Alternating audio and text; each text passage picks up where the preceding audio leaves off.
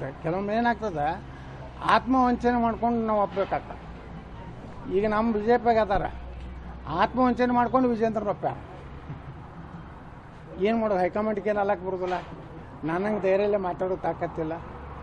ಈ ಮನೆ ಎಲ್ಲ ಎಮ್ ಎಲ್ ಎಗಳು ಹೇಳ್ತಿದ್ರು, ನೀವು ಬಿ ಜೆ ಪಿಗೆ ಬರ್ಲಿಕ್ಕಂದ್ರೆ ನಮ್ಮ ಮನೆಯಾಗ ಇಡ್ತೀರಿ ಮುಂದಿನ ಸಲ ಅಂತೇಳಿ.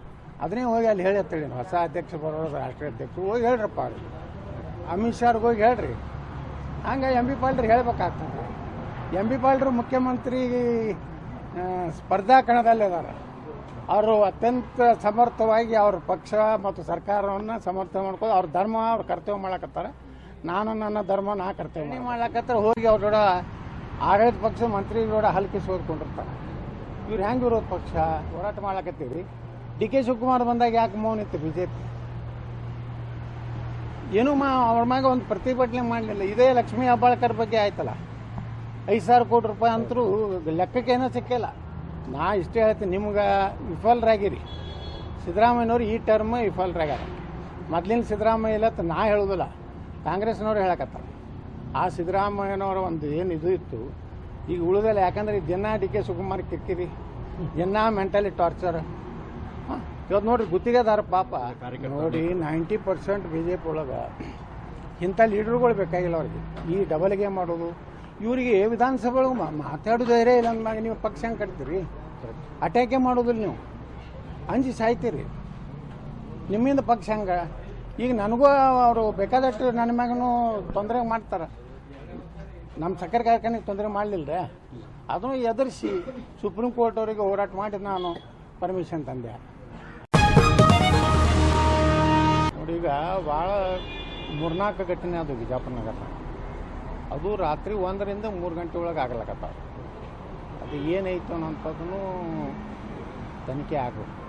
ಯಾಕಂದರೆ ಈ ರೀತಿ ಬಿಜಾಪುರ್ನಲ್ಲಿ ಒಂದು ಅರ್ಬಿ ಅಂಗಡಿ ಸುಟ್ಟು, ಮೊನ್ನೆ ಒಂದು ಹೋಟೆಲ್ ಸುಟ್ಟು, ನಾನು ನೋಡಕತ್ತಿದ್ದು 3ನೇ ಪ್ರಕರಣ. ಇವತ್ತು ಅವೆಲ್ಲ ಇನ್ಶೂರೆನ್ಸ್ ಅದೆಲ್ಲ ಕೇಳಿದೆ. ಒಂದು ಸುಮಾರು 22 ಕಾರುಗಳು ಸುಟ್ಟಾವೆ. 22ರಾಗ ಒಂದು 10 ಇನ್ಶೂರೆನ್ಸ್ ಇದೆ. ಇನ್ನು ಉಳ್ಕಿದ್ದೇನು ಮಾಡಿರ್ತಾರೆ, ಈಗ ಇನ್ಶೂರೆನ್ಸ್ ಥರ್ಡ್ ಪಾರ್ಟಿ ಅಂತೇಳಿ ಮಾಡ್ತಾರೆ. ಥರ್ಡ್ ಪಾರ್ಟಿ ಅಂದರೆ ಯಾರು? ಯಾರಿಗಾದರೂ ಅಪಘಾತ ಆದರೆ ಅವ್ರಿಗೆ ಪರಿಹಾರ ಅಷ್ಟೇ, ವಾಹನಕ್ಕಾಗಲಿ ಮಾಲಕ್ಕಾಗಲಿ ಯಾವುದೇ ಪರಿಹಾರ ಇರುತ್ತೆ. ಹಿಂಗೊಂದು ಇದು ಇರೋದ್ರಿಂದ ಅವ್ರಿಗೇನು ಇನ್ಶೂರೆನ್ಸ್ ಸಿಗುವಂಥ ಯಾವುದೇ, ಮತ್ತು ಇವ್ರದ್ದು ಇನ್ಶೂರೆನ್ಸ್ ಮುಗಿದೋಗೈತೆ. ಅಲ್ಲ, ಅಂಗಡಿದು ಇನ್ಶೂರೆನ್ಸ್, ಅದೇ ಅಂಗಡಿದು ಇನ್ಶೂರೆನ್ಸ್ ಮುಗಿದೈತೆ. ಆದ್ರೆ ಒಂದು ಮಾತ್ರ ಐತೆ ಅದರೊಳಗೆ, ಅವರು ಸ್ಟೇಟ್ ಬ್ಯಾಂಕ್ ಆಫ್ ಇಂಡಿಯಾದಿಂದ ಅಲ್ಲಿ ಸಾಲ ತೊಗೊಂಡಾರ. ಯಾವಾಗಲೂ ಯಾವುದೇ ಬ್ಯಾಂಕರ್ಸು ಸಾಲ ಕೊಡ್ತಾರಲ್ಲ, ಅದು ವಾಹನ ಕೊಡಲಿ ಅಂಗಡಿ ಕೊಡಲಿ, ಇವ್ರು ಇನ್ಶೂರೆನ್ಸ್ ಮಾಡ್ಲಿಕ್ಕಂದ್ರೂ ಅವ್ರು ಪ್ರತಿ ವರ್ಷ ರಿನ್ಯೂವಲ್ ಡೇಟಿಗೆ ಅವ್ರು ಮಾಡಿಬಿಟ್ಟಿರ್ತಾರೆ. ಆಟೋಮೆಟಿಕ್ ಅವ್ರು ಮಾಡಿ ನಮ್ಮ ಖಾತೆಗೆ ಅವ್ರು ಖರ್ಚು ಹಾಕಿಬಿಟ್ಟಿರ್ತಾರೆ ಇನ್ಶೂರೆನ್ಸ್. ಅದು ಏನಾಗೈತೆ ಅದನ್ನು ನೋಡತ್ತೇಳೀನಿ. ನಾನು ಇದೊಂದು ವಿಶೇಷ ಪ್ರಕರಣ. ಅದು ಮುಖ್ಯಮಂತ್ರಿಗಳಿಗೆ ನಾನು ವಿನಂತಿ ಮಾಡಿಕೊಟ್ಟೀನಿ, ಸಾಧ್ಯ ಆದಷ್ಟು ಒಂದು ಮಾನವೀಯ ದೃಷ್ಟಿಯಿಂದ ಪರಿಹಾರ ಕೊಡಲಿಕ್ಕೆ ನಮ್ಮ ಜಿಲ್ಲಾ ಉಸ್ತುವಾರಿ ಸಚಿವರಿಗೂ ಮಾತಾಡ್ತೀನಿ, ನಮ್ಮ ಮುಖ್ಯಮಂತ್ರಿಗಳಿಗೂ ಮಾತಾಡ್ತೀನಿ. ಅದೇ ರೀತಿ ವೈಯಕ್ತಿಕವಾಗಿ ನಾನು ಅವ್ರಿಗೆ ಹೇಳಿನ ಒಂದು 5 ಲಕ್ಷ ರೂಪಾಯಿ ನಾನು ಕೊಡ್ತೀನಿ. ಇನ್ನೂ ಏನು ಸಹಾಯ ಮಾಡಬೇಕು, ಯಾಕಂದ್ರೆ ನಮ್ಮ ಮೋಟ್ರ್ ಮಾಲೀಕರೆಲ್ಲ ನಮ್ಮ ಸದಸ್ಯರಿದು ಗಾಡಿಗಳು ಇಲ್ಲೇ ಬರ್ತಾವೆ. ಎಲ್ಲರ ಅಭಿಪ್ರಾಯ ಒಳ್ಳೆಯದಿದೆ. ಪಾಪ ಭಾಳ ಕಷ್ಟದಿಂದ ಸಣ್ಣ ಒಂದು ಉದ್ಯೋಗ ಮಾಡ್ಕೊಂಡು ಇಲ್ಲಿವರೆಗೆ ಬಂದಾನ. ನಾವೆಲ್ಲರ ಜವಾಬ್ದಾರಿ ಸಮಾಜದ್ದು, ಎಲ್ಲರೂ ಎತ್ತಿ ಹಿಡಿಬೇಕು. ಆ ರೀತಿ ಏನೇನು ಸಹಾಯ ಆಗ್ತದೆ ನನ್ನ ವೈಯಕ್ತಿಕ ಮತ್ತು ಸರ್ಕಾರದಿಂದ ನಾವು 100ಕ್ಕೆ 100 ಪ್ರಾಮಾಣಿಕ ಪ್ರಯತ್ನ ಮಾಡಿ ಕೊಡಿಸುವ ವ್ಯವಸ್ಥೆ ಮಾಡ್ತೀವಿ. ನಾ ಅಪರೋಕ್ಷ ಮಾತಾಡೋದಕ್ಕೆ ಉತ್ತರ ಕೊಡ್ಕೊತ ಹೋಗೋದಿಲ್ಲ. ಅವರು ಒಬ್ಬ ಕಾಂಗ್ರೆಸ್ಸಿನ ಶಾಸಕರು ಅದಾರ ಮತ್ತು ಮಂತ್ರಿ ಅದಾರ, ಅದು ಸಮರ್ಥನೆ ಮಾಡ್ಕೊತ ಅನಿವಾರ್ಯ ಇರ್ತದೆ. ಕೆಲವೊಮ್ಮೆ ಏನಾಗ್ತದೆ, ಆತ್ಮವಂಚನೆ ಮಾಡ್ಕೊಂಡು ನಾವು ಒಪ್ಪಬೇಕಾಗ್ತದೆ. ಈಗ ನಮ್ಮ ಬಿ ಜೆ ಪಿಗೆ ಅದಾರ ಆತ್ಮವಂಚನೆ ಮಾಡ್ಕೊಂಡು ವಿಜೇಂದ್ರ ಒಪ್ಪ ಏನು ಮಾಡೋದು? ಹೈಕಮಾಂಡ್ಗೆ ಏನು ಅಲ್ಲಕ್ಕೆ ಬರೋದಿಲ್ಲ. ನನಗೆ ಧೈರ್ಯಲ್ಲೇ ಮಾತಾಡೋ ತಾಕತ್ತಿಲ್ಲ. ಈ ಮನೆ ಎಲ್ಲ ಎಮ್ ಎಲ್ ಎಗಳು ಹೇಳ್ತಿದ್ರು, ನೀವು ಬಿ ಜೆ ಪಿಗೆ ಬರ್ಲಿಕ್ಕಂದ್ರೆ ನಮ್ಮ ಮನೆಯಾಗ ಇಡ್ತೀರಿ ಮುಂದಿನ ಸಲ ಅಂತೇಳಿ. ಅದನ್ನೇ ಹೋಗಿ ಅಲ್ಲಿ ಹೇಳಿ ಅಂತೇಳಿ, ಹೊಸ ಅಧ್ಯಕ್ಷ ಬರೋರು ರಾಷ್ಟ್ರೀಯ ಅಧ್ಯಕ್ಷರು ಹೋಗಿ ಹೇಳ್ರಪ್ಪ, ಅವ್ರಿಗೆ ಅಮಿತ್ ಶಾರ್ಗೆ ಹೋಗಿ ಹೇಳ್ರಿ. ಹಂಗೆ ಎಂ ಬಿ ಪಾಲ್ರಿ ಹೇಳ್ಬೇಕಾಗ್ತದೆ. ಎಂ ಬಿ ಪಾಲ್ರು ಮುಖ್ಯಮಂತ್ರಿ ಸ್ಪರ್ಧಾ ಕಣದಲ್ಲಿ ಇದ್ದಾರೆ. ಅವರು ಅತ್ಯಂತ ಸಮರ್ಥವಾಗಿ ಅವ್ರ ಪಕ್ಷ ಮತ್ತು ಸರ್ಕಾರವನ್ನು ಸಮರ್ಥನೆ ಮಾಡ್ಕೊಂಡು ಅವ್ರ ಧರ್ಮ ಅವ್ರ ಕರ್ತವ್ಯ ಮಾಡಕತ್ತಾರೆ. ನಾನು ನನ್ನ ಧರ್ಮ ನಾ ಕರ್ತವ್ಯ ಮಾಡಕತ್ತೀನಿ.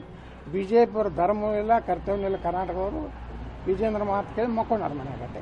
ಈಗ ಅನೇಕ ಬಿಜೆಪಿ ಕಾರ್ಯಕರ್ತರು ಫೇಸ್ಬುಕ್ ಸಾಮಾಜಿಕ ಜಾಲತಾಣದಲ್ಲಿ ಕೂಡ ಪೋಸ್ಟ್ ಮಾಡ್ತಾರೆ. ಯತ್ನಾಳ್ ಅವರು ಬಿಜೆಪಿಗೆ ಹೊಸ ಪಕ್ಷನ ಕಟ್ತಾ ಇದ್ದಾರೆ, ಪಕ್ಷ ಕಟ್ಟಬೇಕು, ಕಟ್ಟಿದರೆ ಬಿಜೆಪಿಯವರೇ ಪರೋಕ್ಷವಾಗಿ ನಿಮಗೆಲ್ಲ ಬೆಂಬಲ ಕೂಡ ಈಗ ನಿಂತಿದೆ ಕಾರ್ಯಕರ್ತರು. ನೋಡಿ 90% ಬಿ ಜೆ ಪಿ ಒಳಗೆ ಇಂಥ ಲೀಡರ್ಗಳು ಬೇಕಾಗಿಲ್ಲ ಅವ್ರಿಗೆ. ಈ ಡಬಲ್ ಗೇಮ್ ಮಾಡೋದು ಇವರಿಗೆ ವಿಧಾನಸಭೆ ಒಳಗೆ ಮಾತಾಡೋದೇ ಇಲ್ಲ ಅಂದಾಗ ನೀವು ಪಕ್ಷ ಹೆಂಗೆ ಕಟ್ತೀರಿ? ಅಟ್ಯಾಕೆ ಮಾಡೋದಿಲ್ಲ ನೀವು, ಅಂಜಿ ಸಾಯ್ತೀರಿ. ನಿಮ್ಮಿಂದ ಪಕ್ಷ ಹಂಗೆ. ಈಗ ನನಗೂ ಅವರು ಬೇಕಾದಷ್ಟು ನನ್ನ ಮ್ಯಾಗೂ ತೊಂದರೆ ಮಾಡ್ತಾರೆ. ನಮ್ಮ ಸಕ್ಕರೆ ಕಾರ್ಖಾನೆಗೆ ತೊಂದರೆ ಮಾಡಲಿಲ್ಲ ರೀ, ಅದನ್ನು ಎದುರಿಸಿ ಸುಪ್ರೀಂ ಕೋರ್ಟ್ ಅವರಿಗೆ ಹೋರಾಟ ಮಾಡಿ ನಾನು ಪರ್ಮಿಷನ್ ತಂದೆ. ಅದಕ್ಕೆ ನೀವು ಬಿ ಜೆ ಪಿ ಒಳಗಿರೋರು ಒಂದು ಕುಟುಂಬಕ್ಕೆ ನೀವು ಬಿ ಜೆ ಪಿ ಕರ್ನಾಟಕ ಮಾರ್ಕೋಬೇಡ. ಸ್ವಾಭಿಮಾನದಿಂದ ಬರ್ರಿ. ಈಗ ಸ್ವಲ್ಪ ಸ್ವಾಭಿಮಾನದಿಂದ ಕೆಲವು ಮಂದಿ ಮಾತಾಡಕತ್ತಾರೆ. ಬಿಜೆಪಿ ಕಾರ್ಯಕರ್ತರು ಮಾತಾಡ್ತಾ ಇದ್ದಾರೆ. ಬಿ ಜೆ ಪಿ ಕಾರ್ಯಕರ್ತರು ಅವರು ಹಿಂದುತ್ವ ಇರುವಂಥ ಕಾರ್ಯಕರ್ತರು. ಅವ್ರಿಗೆ ಬೇಕಾಗಿದ್ದು ಸಮಾನತೆ. ನಾವೇನು ಅನ್ಯ ಧರ್ಮೀಯರಿಗೆ ಅನ್ಯಾಯ ಮಾಡಬೇಕು ಅನ್ನೋದಲ್ಲ. ನಮ್ಮ ಹೆಣ್ಮಕ್ಳಿಗೆ ತೊಂದರೆ ಮಾಡಿದಾಗ ನೀವೇನು ಮಕ್ಕೋತೀರಲ್ಲ, ಅದಕ್ಕೆ ಸರ್ಕಾರ ಹೋಯ್ತು. ನಮ್ಮ ಹಿಂದೂ ಕಾರ್ಯಕರ್ತರು ಸತ್ರು, ನೀವೇನು ಅವರಿಗೆ ಸರಿಯಾಗಿ ಸ್ಪಂದನೆ ಮಾಡಲಿಲ್ಲ, ಅವ್ರಿಗೆ ಇದು ಮಾಡಲಿಲ್ಲ. ಹಿಂಗಾಗಿ ಬಿ ಜೆ ಪಿ ಕಾರ್ಯಕರ್ತ ನಾರಾಜಾದ್ರೆ ಭಾಳಷ್ಟು ನಾನು ನೋಡ್ತಿರ್ತೀನಿ, ಕಮೆಂಟ್ಗಳು ಬರ್ತಾವೆ, ನೀವು JCB ಪಾರ್ಟಿ ತೆಗೀರಿ, ನಾವೆಲ್ಲ ನಿಮ್ಮ ಪಾರ್ಟಿಗೆ ಬಂದುಬಿಡ್ತೇವೆ. ಆದ್ರೆ ಎರಡು ಮನೆ ವಿಧಾನಸಭೆ ಹಿಂದಿನ ವಿಧಾನಸಭೆದಾಗ ಹೇಳಿದೆ, ಸಿದ್ದರಾಮಯ್ಯನವ್ರು ಹೇಳಿದ್ರು ಯತ್ನಾಡ್ರಿ ನೀವು ಒಂದು ಹೊಸ ಪಕ್ಷ ಕಟ್ಟಿರುತ್ತೆ. ನಾ ಅವಾಗ ಏನು ಹೇಳಿದೆ, ನಾ ಪಕ್ಷ ಕೊಟ್ಟೋದನ್ನು BJPಗೆ ತೊಂದರೆ ಆಗಬಾರ್ದು ಅಂತ ಹೇಳಿದೆ. ನಾವಿಬ್ಬರು ಜಗಳ ಮತ್ತೆ MP ಪಾಲ್ಟ್ರಿ ಸರ್ಕಾರ ಬರಬಾರ್ದು ಅಂತ. ಅದಕ್ಕೆ ಸರಿ ಸರ್, ಥ್ಯಾಂಕ್ ಯು.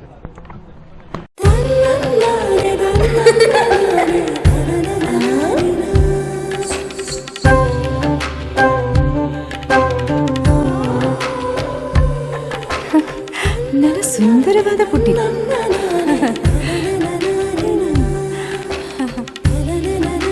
ಬಾಬಾ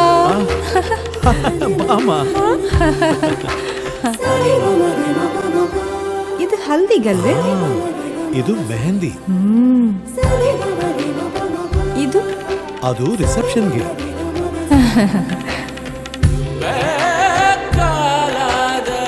ಇದು ಯಾವುದಕ್ಕೆ?